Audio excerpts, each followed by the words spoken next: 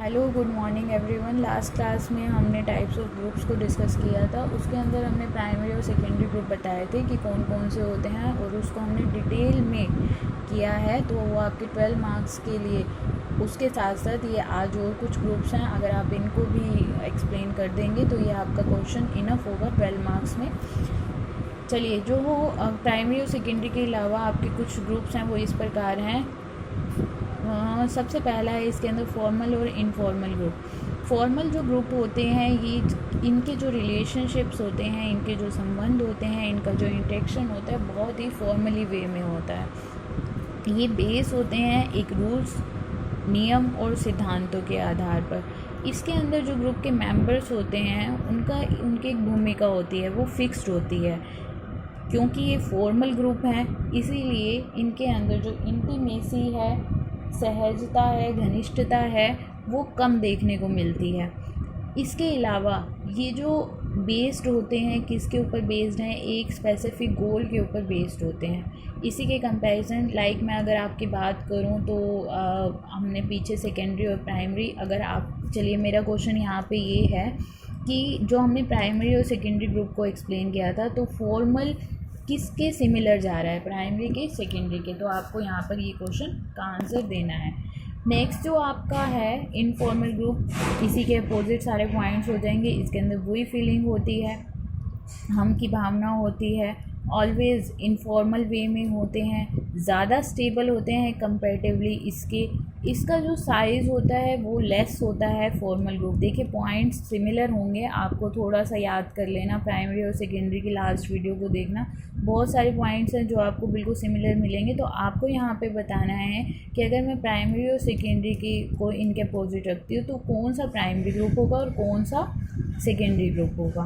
Fine. इसी के अलावा जो नेक्स्ट कैटेगरी हम डिफाइन करेंगे दैट इज़ इन ग्रुप और आउट ग्रुप। अब इन ग्रुप का मतलब क्या होता है, ग्रुप के अंदर, समूह के अंदर, और बाहर का मतलब होता है ग्रुप के बाहर। आउट का मतलब बाहर। जो ग्रुप के अंदर होता है बहुत हाई कोऑपरेटिव रिस्पेक्ट। देखो इस चीज़ को समझने की कोशिश कीजिए। इन ग्रुप वैसा ग्रुप होता है जिनके जो सदस्य होते हैं वो आपस में सहयोग, निष्ठा और आदर का भाव अधिक रखते हैं। ऐसे समूह में जो नॉर्म्स, वैल्यूज़, कस्टम्स, इन सब को देख कर वो लोग व्यवहार करते हैं। जो इन ग्रुप होता है आपका, टुगेदरनेस होती है, हमेशा चीज़ों को साथ करने की जो भावना होती है वो ज़्यादा होती है। इसी के कंपैरेटिवली अगर मैं आउट ग्रुप की बात करूं तो आउट ग्रुप में क्या होता है, इन चीज़ों की कमी होती है। सबसे पहले यहाँ पे एक चीज़ थोड़ी सी आपको समझना पड़ेगी कि जो आउट ग्रुप होती है, यदि व्यक्ति स्वयं उस ग्रुप का हिस्सा नहीं है, एक इंडिविजुअल किसी समूह का सदस्य नहीं है और उसके सामने अगर दूसरा समूह है तो उसके लिए आउट ग्रुप वो होगा।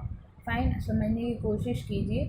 जो इन ग्रुप होता है वो उसका अपना समूह होता है जिसका वो सदस्य है, और आउट ग्रुप वो होता है जिसका वो सदस्य नहीं है। तो ऑब्वियस है उस ग्रुप के लिए जो उसकी कोऑपरेशन की भावना है वो कम होगी, लेकिन जो इन ग्रुप होएगा, जो उसका अपना ग्रुप होएगा, उसके लिए वो हाई होगी, कोऑपरेटिव होगी, रिस्पेक्ट होगी। आउट ग्रुप को बे ग्रुप बोलता है वो, क्योंकि वो उसका सदस्य नहीं है। उसका जो बिहेवियर है वो किसके ऊपर बेस्ड होगा, दूसरों के ऊपर, कि उस ग्रुप के दूसरे ग्रुप के सदस्य उसके साथ कैसा बिहेव करते हैं वो उसके ऊपर बेस्ड होगा। नेक्स्ट जो अब हमारा क्लासिफिकेशन है दैट इज़ मोबाइल ग्रुप और इमोबाइल ग्रुप। ये मोबाइल ग्रुप को अगर मैं आपको हिंदी में बताऊं तो हिंदी में इसको गतिशील समूह कहा जाता है, और इमोबाइल को हम स्थिर ग्रुप बोलते हैं, स्थिर समूह कहते हैं। ये जो होते हैं, आपने देखा होगा कि जो बंजारे होते हैं, जो नेट जाति के लोग होते हैं, ये इधर से उधर ट्रैवल करते रहते हैं। तो एक ऐसा समूह जो एक स्थान पर स्थिर नहीं होता और ट्रैवलिंग करता रहता है एक से दूसरे स्थान पर अपने जीवन रोपण को करने के लिए, जीवन को व्यतीत करने के लिए, वो इधर से उधर घूमते रहते हैं। तो ये स्टेबल नहीं होते, स्थिरता नहीं होती, और स्ट्रिक्टली फॉलोज़ करते हैं अपने रूल्स को, अपने नॉर्म्स को, अपने मानकों को। जो इनके कल्चर में रूल्स होते हैं उनको स्ट्रिक्टली फॉलो करते हैं। इनके जो दादा दादी थे वो जो आगे जो generation one two another transformation है वो जो हो रहा है उसके अंदर भी यही माना जाता है कि हमें एक जगह पे स्थिर नहीं रहना, हमें एक स्थान से दूसरे स्थान पर जाना है। इसी के कंपैरेटिवली जो इमोबाइल ग्रुप होते हैं ये स्टेबल होते हैं और जो ये अपना इकोनॉमिक है एक ही जगह पर अपने जीवन को व्यतीत करने के बारे में सोचते हैं। जैसे कोई भी ऑर्गेनाइजेशन हो, यहाँ पे आप एग्जांपल दे सकते हो, जैसे बंजारे का होता है, नैतिक जाति है, वो लोग भी एक दूसरे से दूसरी जगह पे शिफ्ट होते रहते हैं। लेकिन क्या कॉलेजेस और यूनिवर्सिटीज़ को आप लोग कर सकते हो, मोबाइल हो सकते हैं, गतिशील हो सकते हैं? नहीं हो सकते। ये लोग यहीं पर रहकर अपने प्रोसीजर्स को आगे बढ़ाते हैं। इसी के साथ साथ कई जो सोशियोलॉजिस्ट हैं, जो समाजशास्त्री हैं, वो ये मानते हैं जो गतिशील ग्रुप के मेंबर्स होते हैं वो ज़्यादा ऑर्गेनाइज्ड होते हैं, उनका जो मॉरल होता है, जो नैतिकता होती है उनके अंदर, जो वैल्यू सिस्टम होता है वो ज़्यादा होता है कंपैरेटिवली इमोबाइल ग्रुप के। ठीक है, तो उनकी स्टडीज़ ये कहती है, यहाँ पे आप इसको कोट कर सकते हैं। नेक्स्ट जो ग्रुप का क्लासिफिकेशन है दैट इज़ एक्सक्लूसिव और इंक्लूसिव ग्रुप। ये एक्सक्लूसिव को आप हिंदी में बोल सकते हैं एकांतिक समूह और अंतर्वेशित समूह। इसका क्या ये कहना चाह रहे हैं यहाँ पे, ये एक ऐसा समूह होता है जिसकी सदस्यता किसी विशेष श्रेणी के लोगों तक ही सीमित होती है। जैसे अगर मैं बोलूँ लिमिटेशन होती है, एक स्पेसिफिक कैटेगरी की ही होती है लोगों की। जैसे अगर मैं कहूँ कि group of doctors, group of engineer, group of officers, तो अगर मैंने जब ग्रुप ऑफ ऑफिसर्स बोल दिया तो आप कहेंगे जी मैडम इसका मतलब है ऑफिसर्स का समूह, मतलब आप उसके अंदर डॉक्टर्स को नहीं डालेंगे, डॉक्टर के अंदर ऑफिसर्स को नहीं डालेंगे। तो एक्सक्लूसिव का यहाँ पे मतलब जो स्पेसिफिक एक विशेष व्यक्ति की कैटेगरी से, एक विशेष समूह से जो स्पेसिफाई करता होगा। साथ ही साथ ये बहुत ही ऑर्गेनाइज्ड वे में काम करते हैं, संरचनात्मक होते हैं और इनके अंदर जो कोऑपरेटिवनेस है वो देखने को मिलती है। अगर मैं बात करूं, आपने सुना होगा कि सभी टीचर स्ट्राइक पे चले गए, हरियाणा रोडवेज़ की अगर मैं बात करूं तो कई ऐसी आपने स्ट्राइक्स देखी होंगी जहाँ पे पर्टिकुलर एक ग्रुप को आइडेंटिफाई करवाया जाता है, पहचान दी जाती है कि ये इनका समूह था, दैट इज़ एक्सक्लूसिव।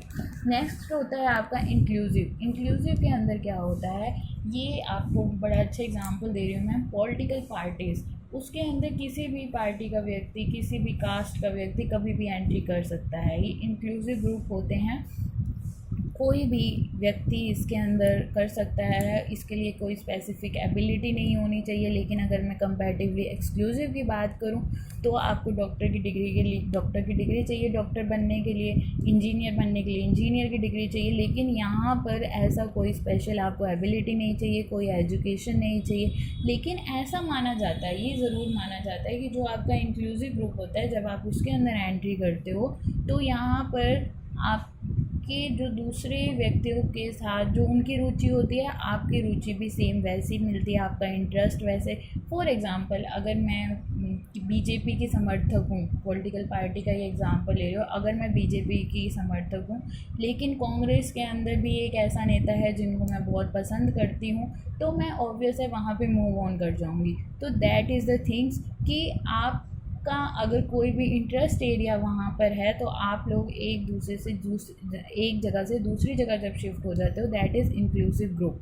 तो ये ऐसे होते हैं। इनके अंदर यूनिटी बहुत कम देखने को मिलती है, क्योंकि अगर आपस में कुछ टकराव हो जाए, जहाँ पे मतभेद हो जाते हैं, वहाँ पे यूनिटी की प्रॉब्लम आती है, वहाँ पे आपको एकता देखने को नहीं मिलती। अगर मैं इसी की कंपैरिजन एक्सक्लूसिव की बात करूँ तो यहाँ पर आपको वो चीज़ें देखने को मिलती हैं। ग्रुप के अंदर ही जो हमारा लास्ट क्लासिफिकेशन है दैट इज़ एंसीडेंटल और पर्पसिव ग्रुप।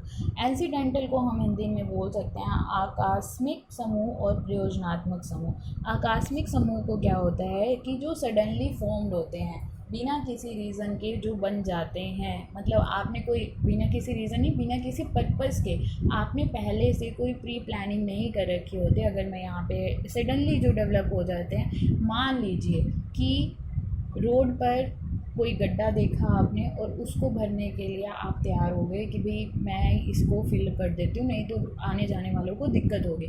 आपको देखकर 3-4 लोग वहाँ पर और आ जाते हैं और वो भी उसी काम को करना शुरू कर देते हैं। दैट इज़ ए एक्सीडेंटल, कि आपने उसके लिए कोई प्री प्लान नहीं किया था कि हम सब ने मिल के करना है, या मैं वहाँ जाऊँगा पहले मैं करूँगा फिर तू आ जाइयो। फिर ये आसपास में आपने देखा कि कुछ भी प्रॉब्लम का सॉल्व करने के लिए जब 3-4 लोग एक अचानक ही आपकी हेल्प करने के लिए आ जाते हैं और अचानक से ग्रुप बन जाता है, दैट इज़ एक्सीडेंटल या आकस्मिक। ये स्टेबल नहीं होगा। क्यों नहीं होगा? कि जैसे ही वो गड्ढा भर गया, अब आप लोग अपने काम पे चले जाएंगे और बाकी सब अपने काम पे, तो कोई स्पेसिफिक इंटीमेसी भी नहीं होती।